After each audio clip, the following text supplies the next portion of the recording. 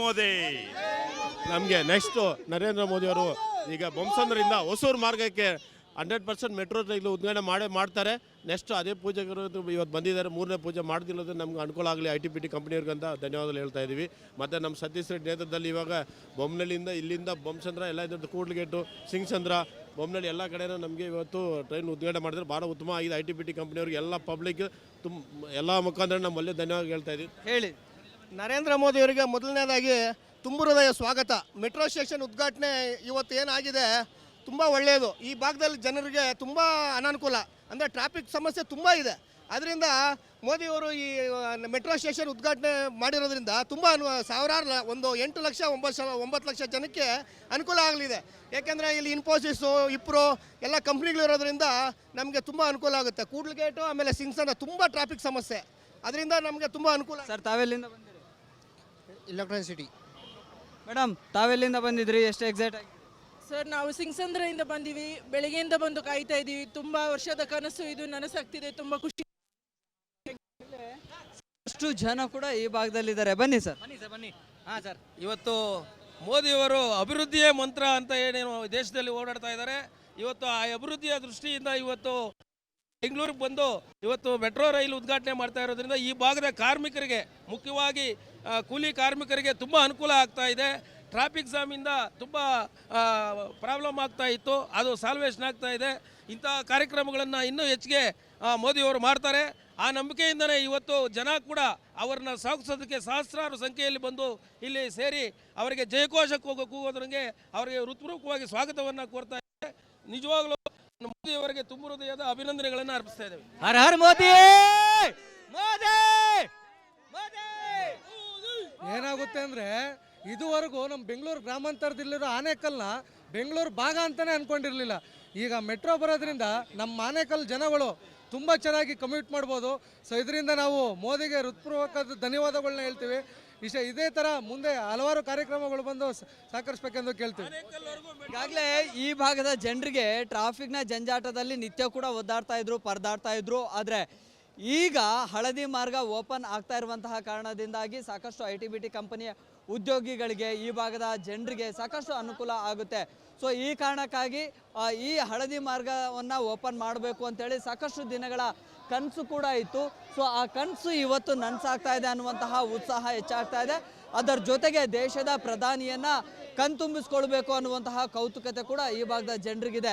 ಇನ್ನೇನು ಕೆಲವು ಕ್ಷಣಗಳಲ್ಲಿ ಈಗ ಹಳದಿ ಮಾರ್ಗದ ಮೂಲಕವಾಗಿ ನೇರವಾಗಿ ಕೋನಪ್ಪನ ಅಗ್ರಹಾರ ಮೆಟ್ರೋ ನಿಲ್ದಾಣಕ್ಕೆ ಪ್ರಧಾನಿ ನರೇಂದ್ರ ಮೋದಿಯವರು ಬಂದಿಳಿತಾರೆ. ಇಲ್ಲಿಂದ ಸಭಾಂಗಣಕ್ಕೂ ಕೂಡ ಹೋಗ್ತಾರೆ. ವಿಡಿಯೋ ಜರ್ನಲಿಸ್ಟ್ ಮಂಜು ಜೊತೆ Prakash D Rampur, public TV, Bengaluru. ಹಸಿರು ನಿಶಾನೆಯನ್ನು ಮೆಟ್ರೋ ಮಾರ್ಗಕ್ಕೂ ಕೂಡ ಅಲ್ಲಿ ತೋರಿಸ್ತಾ ಇರೋದನ್ನು ಗಮನಿಸ್ತಾ ಇದ್ರಿ. ಮೆಟ್ರೋಯಿಂದ ಎಷ್ಟು ಥ್ರಿಲ್ಲಿಂಗ್ ಎಕ್ಸ್ಪೀರಿಯನ್ಸ್ ಸಿಗುತ್ತೆ ನಮಗೆ ಅಂತ ಸಾರ್ವಜನಿಕರು ಮಾತಾಡ್ತಾ ಇರಬೇಕಾದ್ರೆ ಪಬ್ಲಿಕ್ ಟಿವಿ ಜೊತೆಗೆ ಹಂಚ್ಕೊಳ್ತಾ ಇದ್ರು ಖುಷಿಯನ್ನು. ಏನೇನು ಪ್ರಾಬ್ಲಮ್ ಆಗ್ತಾ ಇತ್ತು, ಇನ್ನು ಯಾವ ರೀತಿ ನಮಗೆ ಒಂದು ಸೊಲ್ಯೂಷನ್ ಸಿಕ್ಕಿದೆ ಅನ್ನೋದನ್ನೆಲ್ಲ ಹೇಳ್ತಾ ಇದ್ರು. ಆಮೇಲೆ ಸಹಜವಾಗಿ ಮೆಟ್ರೋ ಬಂತು ಒಂದು ಏರಿಯಾದಲ್ಲಿ ಅಥವಾ ಒಂದು ಜಾಗದಲ್ಲಿ ಅಂತಂದರೆ ಅಕ್ಕಪಕ್ಕ ಇರುವಂತಹ ಭೂಮಿಗಳ ಬೆಲೆಗೂ ವಿಪರೀತವಾಗಿ ಏರಿಕೆ ಆಗುತ್ತೆ.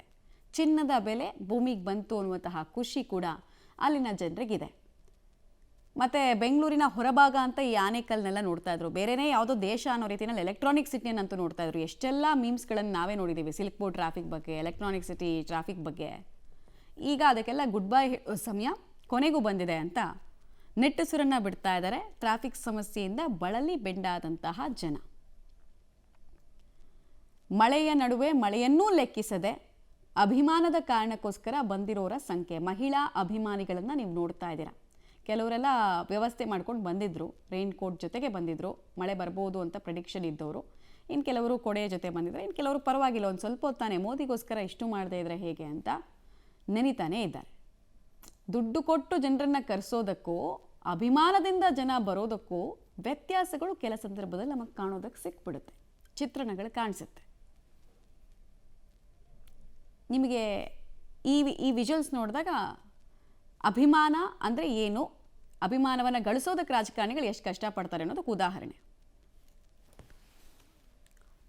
ಡೀಟೇಲ್ಸ್ ಕೊಡ್ತಾರೆ ಎಲೆಕ್ಟ್ರಾನಿಕ್ ಸಿಟಿಯಿಂದ ಧನು ನೇರ ಸಂಪರ್ಕದಲ್ಲಿ ಜಾಯ್ನ್ ಆಗ್ತಾ ಇದ್ದಾರೆ.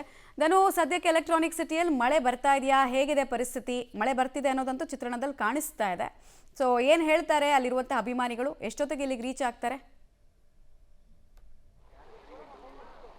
ಎಸ್ ಮಮತಾ, ಮೋದಿ ಅವ್ರನ್ನ ನೋಡೋದಕ್ಕೆ ಈಗಾಗಲೇ ಸಾಕಷ್ಟು ಜನ ಕಾಯ್ತಾ ಇದ್ದಾರೆ. ಬೆಂಗಳೂರಿನ ನಗರದಾದ್ಯಂತ ಜನರು ಮೋದಿ ಅವ್ರನ್ನ ನೋಡೋದಕ್ಕೆ ಅವರನ್ನ ಕಾತುರದಿಂದ ಕಾಯ್ತಾ ಇರ್ತಕ್ಕಂಥದ್ದು. ಈಗ ನಾವು ಎಲೆಕ್ಟ್ರಾನ್ ಸಿಟಿಯ BHL ಜಂಕ್ಷನ್ ಬಳಿ ಇದ್ದೀವಿ. ಇಲ್ಲೂ ಕೂಡ ಸಾಕಷ್ಟು ಜನರು ಜಮಾವಣೆಗೊಂಡಿರ್ತಕ್ಕಂಥದ್ದು. ಇಲ್ಲಿ ಮಳೆ ಧಾರಾಕಾರವಾಗಿ ಮಳೆ ಸುರಿತಾ ಇದ್ರು, ಸತತ 1 ಗಂಟೆಗಳಿಂದ ಮಳೆ ಸುರಿತಾ ಇದೆ. ಆ ಮಳೆಯನ್ನು ಲೆಕ್ಕಿಸದೆ ಈಗ ನೋಡ್ತಾ ಇರ್ಬೋದು ನೀವು ಈ ದೃಶ್ಯದಲ್ಲಿ. ಈಗಾಗಲೇ ಜನರು ಏನಂದ್ರೆ ಮೋದಿ ಅವರನ್ನ ನೋಡೋದಕ್ಕೆ ಕಾತರದಿಂದ ಕಾಯ್ತಾ ಇರ್ತಕ್ಕಂಥದ್ದು. ಮಳೆಯಲ್ಲೇ ನೆಂದುಕೊಂಡು ಮೋದಿ ಅವ್ರನ್ನ ನೋಡೋದಕ್ಕೆ ಕಾಯ್ತಾ ಇದ್ದಾರೆ. ನಾನು ಅವ್ರನ್ನ ಮಾತಾಡಿಸುವಂತ ಪ್ರಯತ್ನ ಮಾಡ್ತೀನಿ. ಮೇಡಮ್, ಎಷ್ಟೊತ್ತಿಂದ ನೀವು ಬಂದಿದ್ದೀರಾ? ನಾವು 11 o'clock ಇಲ್ಲಿ ನಿಂತಿದ್ದೇವೆ. ಆ್ಯಕ್ಚುಲಿ ನಾವು ಅಲ್ಲಿ ಬಂದಿದ್ರು, ಅವರು ಈ ಸೈಡ್ ಕಳಿಸಿದ್ದಾರೆ ನಮಗೆ. ಅಂದ್ರೆ ಇದೇ ಫಸ್ಟ್ ಟೈಮ್ ಮೋದಿ ಅವ್ರು ನೋಡ್ತಾ ಇದ್ದೀರಾ? ಹೇಗೆ ಫಸ್ಟ್ ಟೈಮ್ ನಾವು ಬಂದ್ಲಿಕ್ಕೆ. ಹಾಂ, ಎಷ್ಟು ಕಾತರದಿಂದ ಕಾಯ್ತಾ ಇದ್ದೀರಾ? ಮಳೆ 11 o'clock ನಾವು ಇಲ್ಲದೆ. ಹಾಂ, ವೆರಿ ಈಗರ್ಲಿ. ಮೇಡಮ್, ಮಳೆ ಬರ್ತಾ ಇದೆ, ಮಳೆನೂ ಲೆಕ್ಕಿಸದೆ ನೀವು ಮೋದಿ ಅವ್ರನ್ನ ನೋಡೋದಕ್ಕೆ ಕಾಯ್ತಾ ಇದ್ದೀರಾ? ಏನು ಮಳೆ ಎಲ್ಲ ಪರವಾಗಿಲ್ಲ ಸರ್, ನಮ್ಮ ಪ್ರೈಮ್ ಮಿನಿಸ್ಟರ್ ಬರ್ತಾ ಇದ್ದಾರೆ. So at least this first time ನಾವು ನೋಡ್ತಾ ಇರೋದು. ಸೊ ಅಟ್ಲೀಸ್ಟ್ ಒಂದು ಗ್ಲಾನ್ಸ್ ಆದರೂ ನೋಡೋಕ್ಕಾದ್ರೆ ನಮ್ಗೆ ತುಂಬ ಸಂತೋಷ.